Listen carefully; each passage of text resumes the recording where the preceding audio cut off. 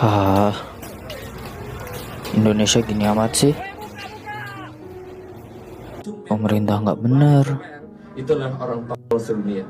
Rakyat demo nggak didengar. Pengangguran di mana-mana. Bisa nggak ya? Kita beneran jadi Indonesia emas 2045.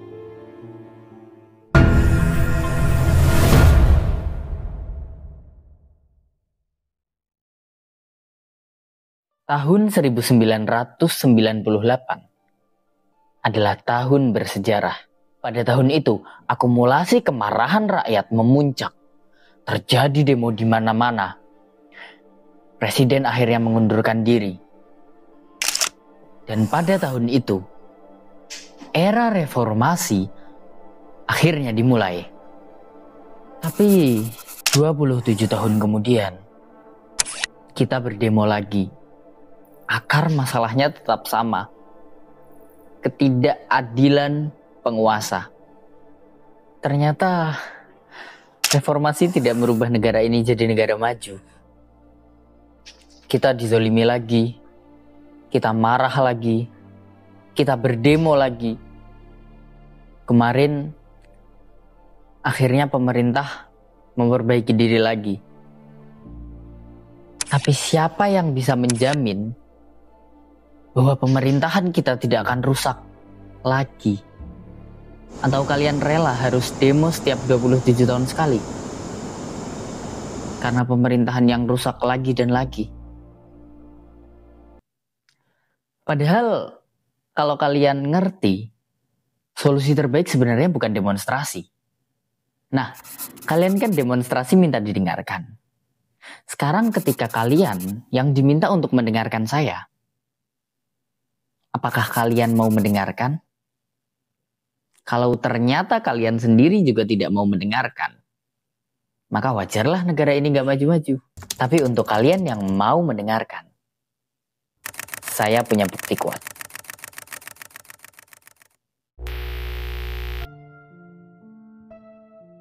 ...25 September kemarin, kita berdemo besar-besaran. Dan alhamdulillah, beberapa dari tuntutan kita ditindaklanjuti. Membentuk tim atau komisi reformasi kepolisian. Tapi pada tahun 2011 di Bahrain, pemerintah mereka mengambil opsi kedua. Para demonstran ditembaki, masyarakat sipil terluka. Pemerintah di sana masih berkuasa. Kali ini dengan rakyat yang trauma untuk melawan. Kita harus bersyukur karena pemerintah kita tidak mengambil opsi seperti itu. Itulah salah satu kelemahan terbesar dari demonstrasi. Apa yang kita perjuangkan dalam demonstrasi itu tergantung pada pihak lain. Tergantung pada pemerintah. Tapi ada satu lagi kelemahan demonstrasi yang sama-sama fatalnya.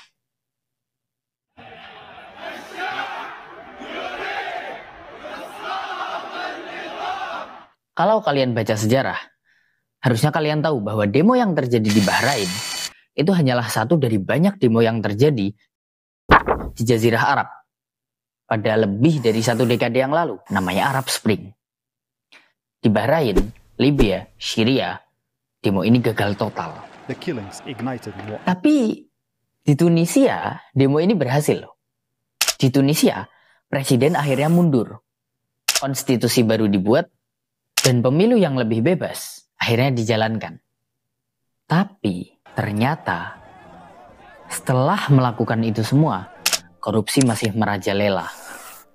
Ekonomi tidak kunjung membaik, dan demokrasi di Tunisia makin lama makin turun. Sebelumnya Sayyid berkuasa penuh selama setahun terakhir usai memecat Perdana Menteri dan membubarkan parlemen.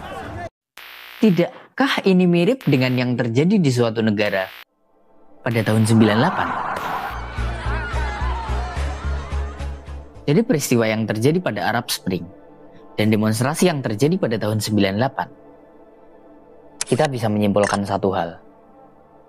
Demonstrasi tidak pernah menyentuh akar permasalahan. Nyatanya, Setelah 27 tahun yang lalu kita mati-matian berdemo, tahun ini kita harus berdemo lagi. Masalahnya sama, ketidakadilan penguasa. Bedanya, dulu demokrasi di Indonesia 32 kali lipat lebih buruk dari saat ini. Sekarang, kita sendiri yang milih DPR, kita sendiri yang demo mereka. Demonstrasi memang dibutuhkan. Tapi sampai kapan kita mau begini terus? Pemerintah blunder, kita demo. Pemerintah bikin kebijakan aneh-aneh, kita demo. DPR bikin undang-undang yang tidak pro rakyat, kita demo lagi. Mau sampai kapan? Padahal kan kita sendiri yang memilih pemerintah. Kita sendiri yang memilih perwakilan rakyat. Kita bisa menentukan siapa yang boleh membuat kebijakan. Lalu kenapa memilih orang-orang yang akan membuat kebijakan tidak pro rakyat?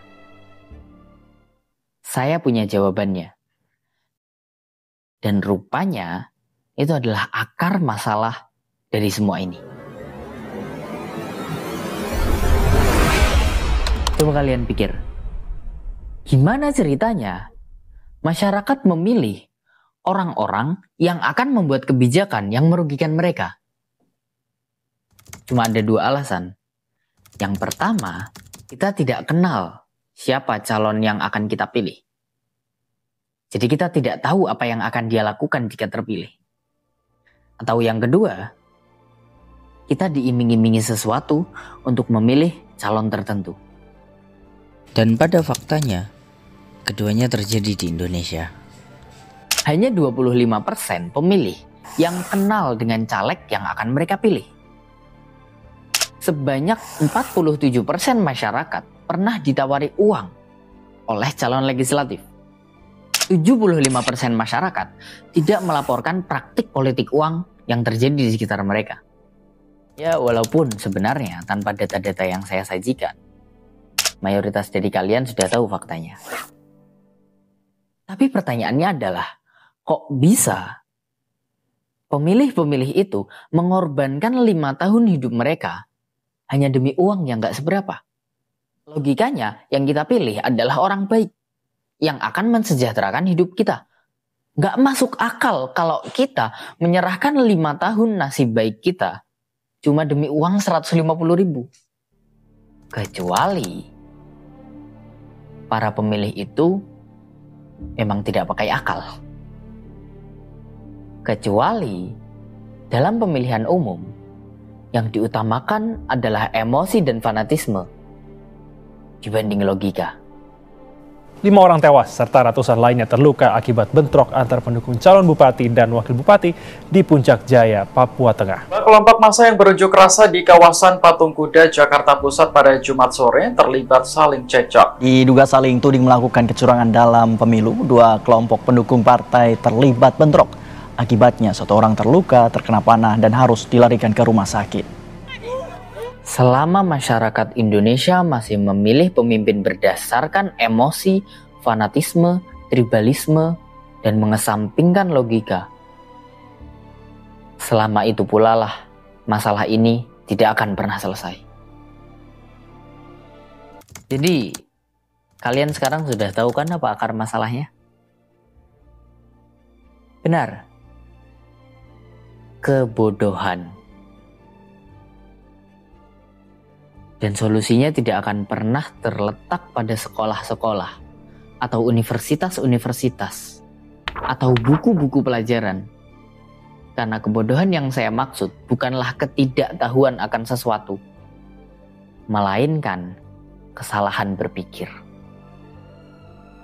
Jadi solusi untuk mencabut akar masalah dari semua permasalahan yang terjadi di Indonesia adalah memperbaiki pola pikir masyarakat Indonesia seutuhnya. Karena di negara demokrasi seperti Indonesia, rakyat adalah atasan presiden.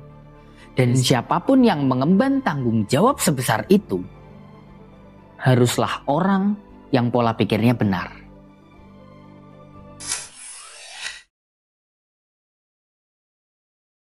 Jadi apa yang bisa kita lakukan, Yit?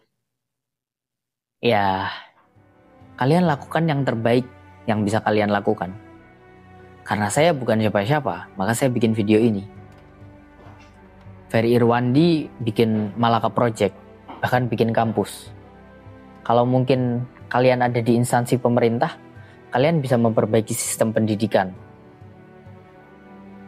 Tapi muara dari semua usaha itu adalah untuk memperbaiki pola pikir masyarakat Indonesia. Dan saat akar dari permasalahan itu sudah tercabut, maka segalanya akan berangsur-angsur membaik. Terima kasih.